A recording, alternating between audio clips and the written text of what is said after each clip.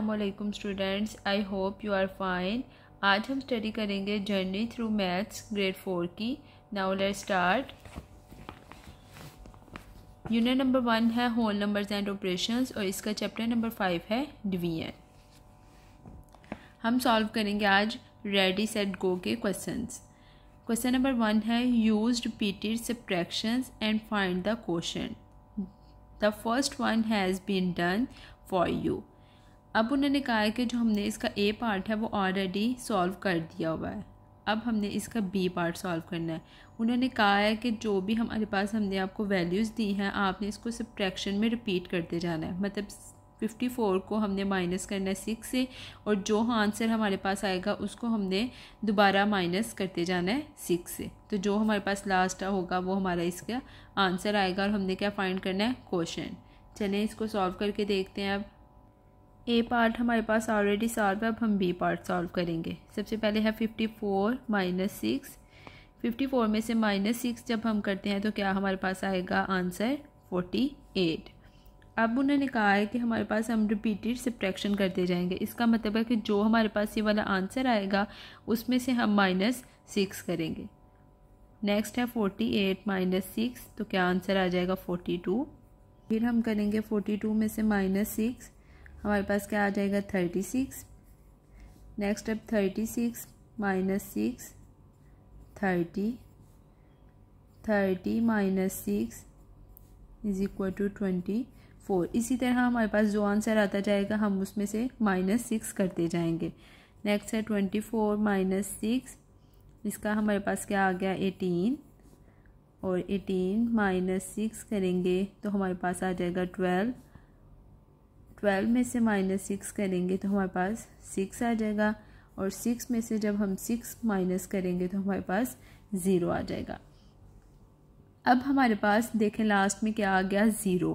अब हमारे पास इसका आंसर कैसे आएगा कि हमने जितनी दफ़ा इसको माइनस किया है हम इनको काउंट कर लेंगे। जैसे 1 2 3 4 5 6 7 8 9, तो हमने कितनी दफ़ा इनको माइनस किया है 9 दफ़ा, तो हमारे पास इधर क्या आंसर आ जाएगा 9।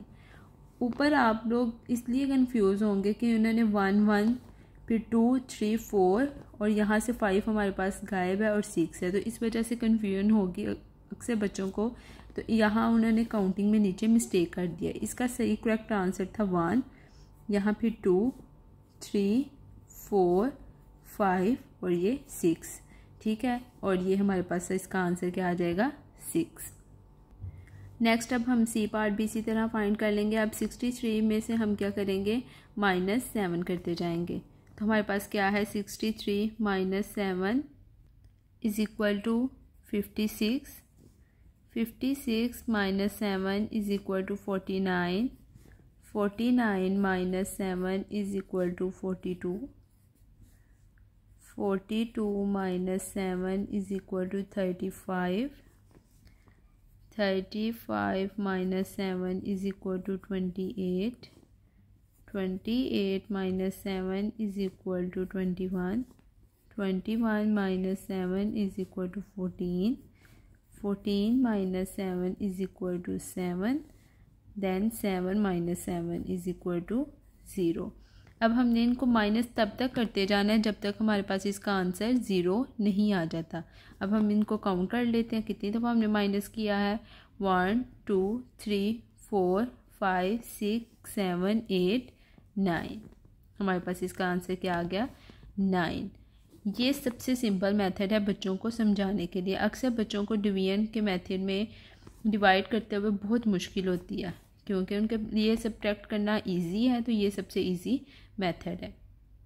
नेक्स्ट है अब हमारे पास question number 2, find the quotient and the remainder, also verify the answer.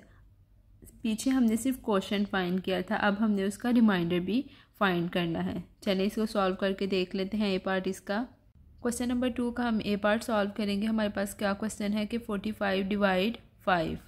हमने देखना है कि 45 जो है 5 के टेबल में किधर आ रहा है। जो बड़ी वैल्यू होगी उसको हम अंदर रखेंगे और छोटी वैल्यू को हम बाहर रखेंगे।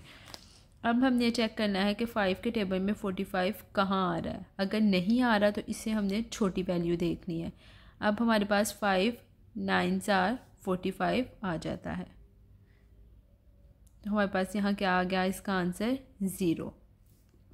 अब हम इस चीज़ को जिससे हम डिवाइड करते हैं वो हमारे पास क्या होता है, डिवीज़र। और जो हम अंदर वाली वैल्यू होती है जिसमें हम देखते हैं कि कौन सी वैल्यू इस टेबल पे आ रही है उसको हम कहते हैं डिवाइडेंड। और जो हम ये वाली वैल्यू होती है मेन हमारे पास जो होता है आंसर वो ये वाला होता है, इसको हम कहते हैं कोशेंट। और जो लास्ट पे हमारे पास इसका आंसर आता है, यहाँ हम 0 भी आ सकता है, कोई भी वैल्यू यहाँ हमारे पास आ सकती है, तो इसको हम कहते हैं रिमाइंडर। तो अब हमारे पास इसका आंसर मेन क्या है, 9। तो 9 हमारे पास क्या है, कोशेंट है, और जो 0 है वो हमारे पास है रिमाइंडर। अगर इस तरह बच्चों को मुश्किल हो रही है समझने में तो हम जैसे पिछला क्वेश्चन नंबर 1 में हमने जो मेथड सॉल्व किया था वो इसमें भी कर सकते हैं। जैसे 45 minus 5 40, 40 minus 5 35, 35 minus 5 30, 30 minus 5 25, 25 minus 5 20, 20 minus 5 15, 15 minus 5 10, 10 minus 5 5, 5 minus 5 is equal to 0। अब हम इसको काउंट कर लेते हैं, 1 2 3 4 5 6 7 8 9। तो देख लें हमारे पास इसका आंसर 9 ही आया है। नेक्स्ट अब हम इसका बी पार्ट सॉल्व करते हैं। जो बड़ी वैल्यू है वो उसको हमने अंदर रख लिया और जिसे डिवाइड करना है वो हमारे पास क्या है, 9। अब हमने देखना है कि 9 के टेबल में 68 आता है, 9 का टेबल हम भरेंगे। अगर हमारे पास 68 नहीं आ रहा यानी इससे बड़ी वैल्यू आ रही है तो हमने क्या देखना है, इससे छोटी वैल्यू देखनी है। तो जैसे 9 7 आर 63। तो अब 68 में से 63 को हम माइनस हमेशा यहाँ डिवाइड में करते हैं, तो हमारे पास क्या आंसर आ जाएगा, 5। ये हमारे पास क्या हो जाएगा, कोशेंट, और ये हमारे पास है रिमाइंडर। अब देखें नेक्स्ट इसके कोई भी वैल्यू नहीं है। अगर यहाँ कोई वैल्यू होती तो हम उसको नीचे उतार के 5 के साथ करते और फिर 9 का टेबल हम रिपीट करते, लेकिन अब यहाँ नेक्स्ट हमारे पास कोई वैल्यू नहीं है तो इसलिए हमने इसको यहाँ से छोड़ दिया है और ये हमारे पास इसका रिमाइंडर होगा। नेक्स्ट अब हमारे पास है सी पार्ट। इसका हमारे पास क्वेश्चन क्या है, 88 डिवाइड 8, यानी हमने 8 के टेबल में देखना है कि 88 किधर आ रहा है।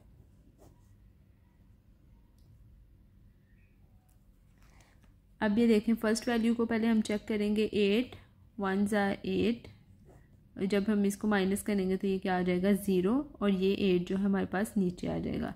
फिर हम चेक करेंगे 8 1 8 और इसका रिमाइंडर क्या आ गया, 0। तो 11 हमारे पास क्या हो जाएगा, कोशेंट, और ये हमारे पास हो जाएगा रिमाइंडर। नेक्स्ट है अब हमारे पास डी पार्ट, 49 डिवाइड 6। इसको भी हम सेम वैसे ही सॉल्व कर लेंगे। 49 को हम देखेंगे कि 6 के टेबल में किधर आ रहा है, तो अगर नहीं आ रहा तो इससे छोटी वैल्यू हम देखेंगे। तो 6 8 क्या होता है, 48। तो इसमें से हम 49 में से 48 माइनस करेंगे तो क्या आ जाएगा, 1। तो ये हमारे पास है रिमाइंडर और 8 हमारे पास है कोशेंट। इसी तरह नेक्स्ट अब हम ई पार्ट सॉल्व कर लेंगे। उसकी क्या वैल्यू है, 156 डिवाइड 8। सॉल्व कर लेते हैं इसको।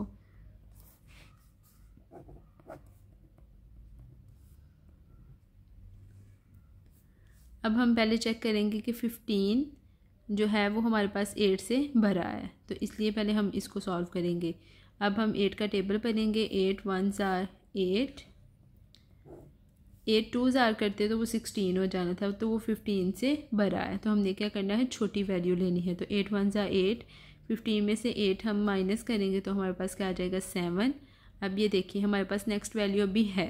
अगर ये 6 यहाँ नहीं होता तो सिर्फ 7 होता, तो हमने बस हमारे पास 7 इसका रिमाइंडर हो जाना था, लेकिन अभी हमारे पास आगे वैल्यू है तो हम इसको नीचे उतार लेंगे। तो ये क्या बन जाएगा, 76। अब हम फिर 8 का टेबल पढ़ेंगे। 8 के टेबल में 76 नहीं आ रहा तो हम इससे छोटी वैल्यू देखेंगे। तो 8 9 ज़ा क्या हो जाएगा 72। 76 में से 72 माइनस किया 4, तो ये हमारे पास क्या हो गया रिमाइंडर, और ये हमारे पास है क्वोशंट। अब देखें इसे नेक्स्ट वैल्यू कोई भी नहीं है तो यहाँ हमने स्टॉप कर दिया। नेक्स्ट है एफ पार्ट 1 7 4 6 9 का टेबल अब बनेंगे। तो 9 1 ज़ा 9, 17 में से 9 कट करेंगे तो हमारे पास क्या आ जाएगा 8। अब 9 2 ज़ार करते तो वो 18 था, तो वो बड़ा हो जाना है, तो बड़ा हमने लिखना नहीं था, इसलिए हम यहाँ क्या करेंगे 9 1 ज़ार 9, 17 में से 9 कट किया 8। अब ये हमारे पास नेक्स्ट वैल्यू भी है तो हम एक वैल्यू को नीचे उतारेंगे, ये क्या बन गया 84। अब हम फिर से 9 का टेबल पढ़ेंगे। 9 9 ज़ार 81, 84 में से 81 कट करेंगे क्या आ जाएगा 3। अभी भी नेक्स्ट वैल्यू हमारे पास है तो हम 6 को नीचे उतार लेंगे, तो 9 4 ज़ार 36। तो ये हमारे पास क्या आ गया इसका 0 रिमाइंडर। ये हमारे पास इसका क्वोशंट है और ये हमारे पास इसका रिमाइंडर है। अब यहाँ हम सब इनके आंसर्स को लिख देंगे। ये सारे मैंने सिर्फ क्वोशंट ही राइट किए हैं, रिमाइंडर के अब ना भी राइट करेंगे तो कोई मसला नहीं है। आज के लिए इतना काफ़ी है। इंशाल्लाह नेक्स्ट वीडियो में हम एक्सरसाइज 5.1 स्टार्ट करेंगे। अगर आपको मेरी वीडियो अच्छी लगे तो काइंडली सब्सक्राइब ज़रूर कीजिएगा और लाइक भी कीजिएगा। इंशाल्लाह कल मिलते हैं। ओके, अल्लाह हाफिज़।